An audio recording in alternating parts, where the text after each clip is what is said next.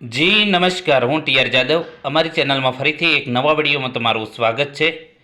મિત્રો, આ વિડીયોમાં વાત કરીશું ગુજરાત ગૌણ સેવા પસંદગી મંડળ દ્વારા વર્ક આસિસ્ટન્ટ વર્ગ 3ની નોટિફિકેશન જાહેર થયું છે, તો તેના વિશે આ વિડીયોમાં ચર્ચા કરીશું. તો મિત્રો, અહીં તમે જોઈ શકો છો ગુજરાત ગૌણ સેવા પસંદગી મંડળ દ્વારા જાહેરાત ક્રમાંક 355 2025-26 વર્ક આસિસ્ટન્ટ વર્ગ 3 અંગેની વિગતવાર સૂચનાઓ. તો વેબસાઇટ એડ્રેસ અહીં આપેલું છે. તો ગુજરાત ગૌણ સેવા પસંદગી મંડળ ગાંધીનગર દ્વારા માર્ગ અને જે મકાન વિભાગના નિયંત્રણ હેઠળની જે વિવિધ વર્તુળની કચેરીઓ હસ્તક વર્ક આસિસ્ટન્ટ વર્ગ 3ની કુલ 336 જગ્યાઓ, સારી એવી જગ્યાઓ છે, કુલ 336 જગ્યાઓ માટે સ્પર્ધાત્મક પરીક્ષા મારફતે સીધી ભરતીથી ભરવા માટે પસંદગી યાદી તૈયાર કરવા માટે ઉમેદવારો પાસેથી ઓજસ વેબસાઇટ પર ઓનલાઈન અરજીપત્રકો મંગાવવામાં આવે છે. તો તારીખ છે ઓજસ ઉમેદવારો ઓનલાઈન જે 26 તારીખ 30/1/2026 સુધી ઓનલાઈન અરજી કરી શકશે. મિત્રો, ઓનલાઈન અરજી કરો તો ધ્યાનપૂર્વક કરજો. સંપૂર્ણ પીડીએફ વાંચી લેવું, તમામે તમામ માહિતી ચેક કરી લેવી, પછી જ ફોર્મ ભરવાનું. કારણ કે ઘણા પ્રોબ્લેમ થાય છે ડીવી વખતે. કંઈક ટકામાં પ્રોબ્લેમ હોય છે, કંઈક નામમાં કંઈક મિસ્ટેક હોય છે. તો સંપૂર્ણ પીડીએફ જોયા પછી શાંતિથી એક વખત વાંચી અને પછી જ ફોર્મ ભરવું, જેથી કરીને કંઈ પ્રોબ્લેમ ના આવે. અહીં પણ સૂચના આપેલી છે કે અરજી કરવા માટેની વિગતવાર સૂચનાઓ જે સંપૂર્ણપણે ધ્યાનથી વાંચવી, જેથી કરીને કોઈ ભૂલ ટાળી શકાય. બરાબર. અને આ ભરતી પ્રક્રિયા સંબંધિત તમામ સૂચનાઓ જે વેબસાઇટ આપેલી છે GSSSB gujarat.government પર તમને જોઈ શકશો. તમામે તમામ સૂચનાઓ જે વેબસાઇટ આપેલી છે. તો વાત કરીશું ટોટલ જગ્યાઓની વિગતો. કુલ 336 જગ્યાઓ છે, જેમાં અલગ અલગ વિભાગ પ્રમાણે આપેલી છે. માર્ગ અને મકાન વિભાગ અધિક્ષક ઇજનેર જે અમદાવાદમાં ટોટલ 44 જગ્યાઓ છે. એ પ્રમાણે તમે કેટેગરી વાઇઝ જગ્યાઓ અહીં જોઈ શકો છો. એ પ્રમાણે પછી અહીં તમે જોઈ શકો છો અધિક્ષક ઇજનેર શ્રી શહેર, બરાબર, અમદાવાદ 32 જગ્યાઓ ટોટલ. મહેસાણામાં 29 જગ્યાઓ છે. ગાંધીનગરમાં જે છે 17 જગ્યાઓ છે. ગાંધીનગર જે નિયામક શ્રી ઉપવન બગીચા 3 જગ્યાઓ છે. અધિક્ષક ઇજનેર ધોરીમાર્ગ ગાંધીનગર 8 જગ્યાઓ છે. અધિક્ષક ઇજનેર વર્તુળ વડોદરા 106 જગ્યાઓ છે. વડોદરા જે રાષ્ટ્રીય ધોરીમાર્ગ 6 જગ્યાઓ છે. એ રીતે તમે જોઈ શકો છો. ગુજરાત ઇજનેરી સંશોધન સંસ્થા વડોદરા 11 જગ્યાઓ. અધિક ઇજનેર સુરત 42 જગ્યાઓ છે.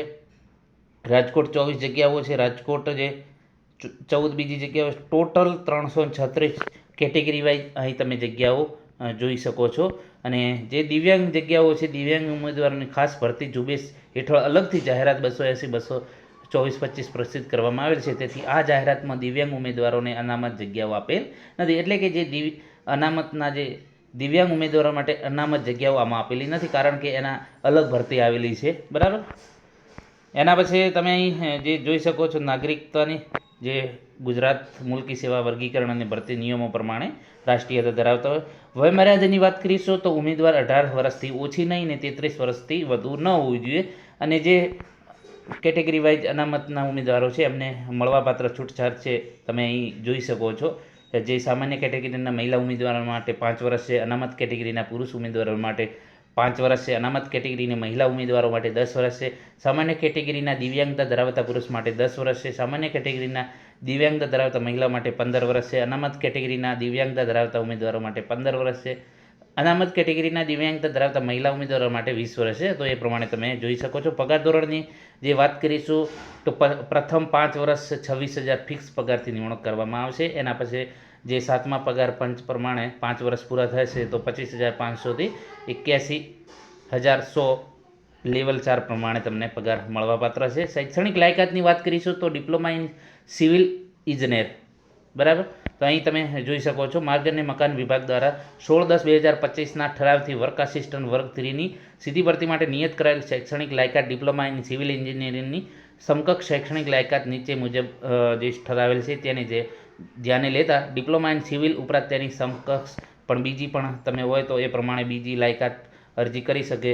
Diploma in civil and rural engineering, diploma in civil draughtsman, diploma in civil engineering, Diploma in Civil Engineering and Planning, Diploma in Civil Engineering Building Service Engineering, Diploma in Civil Engineering Construction Technology, Diploma in Civil Engineering Construction. તો આ diploma in civil engineer, rural engineer, diploma in civil technology, એના પછી diploma in construction engineer, diploma in જે છે construction technology, diploma in construction technology and management, diploma in quality સર્વેઇંગ construction management, diploma in serving engineer, diploma in transport engineer. તો આ જે દર્શાવેલા છે એ લોકો પણ ફોર્મ ભરી શકતા છે. મતલબ કે તમારે ડિપ્લોમા સિવિલ હોવું જોઈએ અને બીજું આ 15 આપેલી છે તો એ પ્રમાણે તમે કરેલું હોય તો એ પ્રમાણે તમે ફોર્મ ભરી શકશો. બરાબર. બીજી અન્ય સૂચનાઓ છે જે તમે જોઈ લેજો, જે કેટેગરી વાઇઝ આપેલી છે, જેને જે લાગુ પડે એ પ્રમાણે.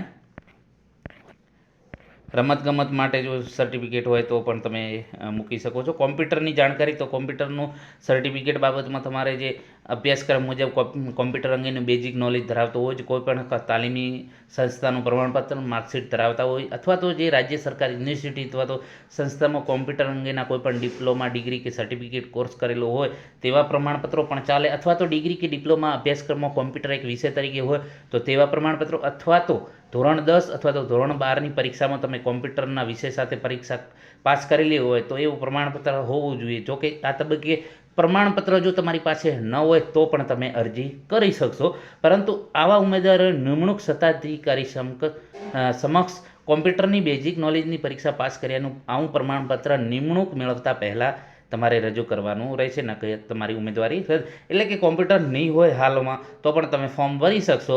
જ્યારે તમારી નિમણૂક થાય એ વખતે તમારે સર્ટી રજૂ કરી દેવાનું.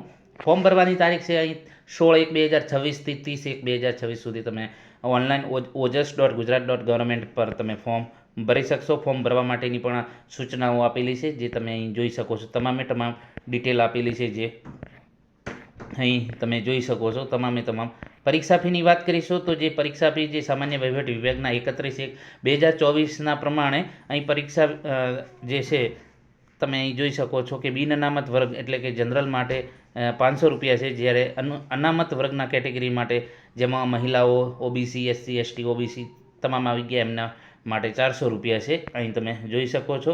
અને પરીક્ષામાં ઉપસ્થિત રહેલા ઉમેદવારોને પરીક્ષા જે ફી છે એ પરત તમને મળી જશે. એટલે કે જે મિત્રો પરીક્ષામાં હાજર હશે તો એમને રિટર્ન જે છે તમે જે ભરેલી હશે એ પાછી તમને રિફંડ મળી જશે. પરીક્ષા પદ્ધતિની વાત કરીશું જે સામાન્ય વહીવટ વિભાગના જે છે એ પ્રમાણે હેતુલક્ષી છે. જે પરીક્ષા MCQ મલ્ટિપલ પ્રકારના પ્રશ્નોવાળી CBRT અથવા તો OMR computer base response test અથવા તો ઓપ્ટિકલ માર્ક રિકોગ્નાઇઝેશન એ પ્રમાણે જે પરીક્ષા લેવામાં આવશે. એમાં પાર્ટ A અને પાર્ટ B એમ 2 લેવલમાં પરીક્ષા લેવામાં આવશે. ભાગ 2માં પ્રશ્નપત્રનું લેવલ જે શૈક્ષણિક લાયકાતને સમકક્ષ હશે. પાર્ટ Aમાં વાત કરીશું તાર્કિક કસોટીઓ તથા ડેટા ઇન્ટરપ્રિટેશન, જેમાં 30 માર્ક્સ હશે.